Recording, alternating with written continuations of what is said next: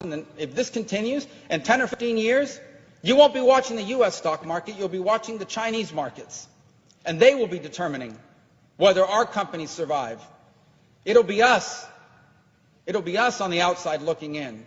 And then Americans are going to wonder, why do we no longer invent great things?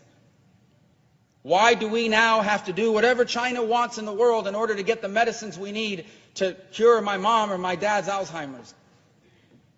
And the answer will be because when they were displacing us, your policymakers were too busy arguing with each other and playing dumb, ridiculous games on a regular basis. Meanwhile, China was focused like a laser with a plan, and they executed on it. This is not a game. I can think of no more significant issue from the perspective of history than what is happening now.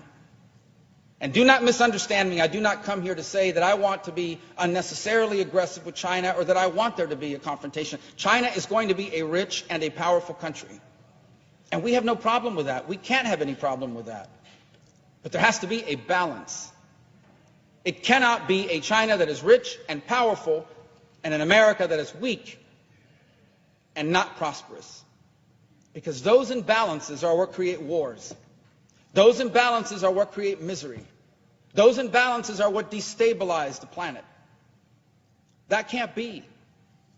We need to recalibrate this relationship. It needs to be rebalanced on the trade side. It needs to be protective on our national security side. It needs to be equalized. And if it is, China can still be very successful.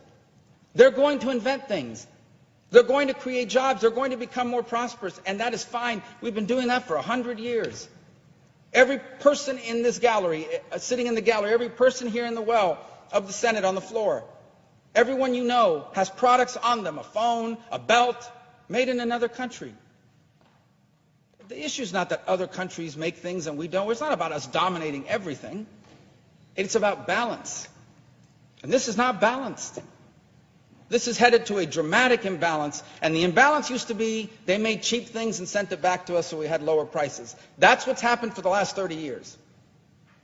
They made cheaper T-shirts, they assembled the phones cheaper, and they shipped it back to the United States, leading to lower prices. That's not the imbalance I'm talking about. The imbalance we're headed to is they control state-of-the-art artificial intelligence. They control the state-of-the-art quantum computing, which means that nothing can be encrypted anymore. Which means there are no such things as secure cars left. The President of the United States one day will not be able to talk to his national security officials anywhere in the world without the Chinese hearing it. Because no matter what encryption you put in, they'll break it with a quantum computer. That's the imbalance I'm talking about. The imbalance I'm talking about is one day we'll have a dispute with China on something on national security somewhere in the world, and they will threaten to cut off our supply of biomedicines. In essence, threaten the lives of Americans not getting medicine unless we cave to their desires. That's the imbalance I'm talking about. The imbalance I'm talking about is one where they dominate aerospace, where they are the nation that controls satellites and satellite communication. They are the nation that controls 5G. We're headed towards autonomous vehicles. Autonomous vehicles will depend on 5G technology. And China will dominate the world in 5G, and we will depend on it. So we're going to build a fleet of autonomous trucks and autonomous cars, and none of them will work if the Chinese decide to shut it down because they dominate that field. That's the imbalance I'm talking about. And if this all sounds fantastic, apocalyptic, look it up. Research it. And I promise you, you will not find a single person versed on this topic that would disagree with what I'm saying. This is the threat that we face, and we are not facing it squarely. So I would advise those who cover this issue to stop covering it as a political issue. There are some things so important to this country that I don't care what the politics of it are, and most of my colleagues don't either, because these are definitional things that will define the 21st century. I would advise us not to cover this as a purely economic issue, because there is a way to grow the trade gap in the short term. We can sell them a lot more of the things China is willing to buy anyway. They don't intend to lead the world in those things in exchange for them dominating us in the long run. Get rid of the short-term thinking and start thinking our competitor has a 50, 100, 20, and 5-year plans. And we don't even know what we're going to be talking about next week. It is time to wake up to this threat. because we have two ways forward.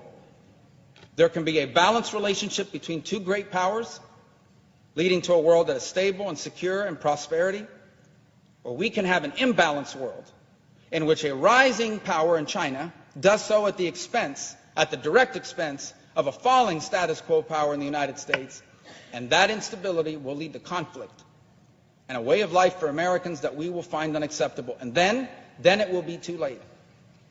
And then we will have to explain, maybe to our children and most certainly to our grandchildren, why the America we grew up in led the world in all the great innovations and all the great ideas and provided prosperity to millions of people here and around the world, and the America they get to grow up in is a second-tier power.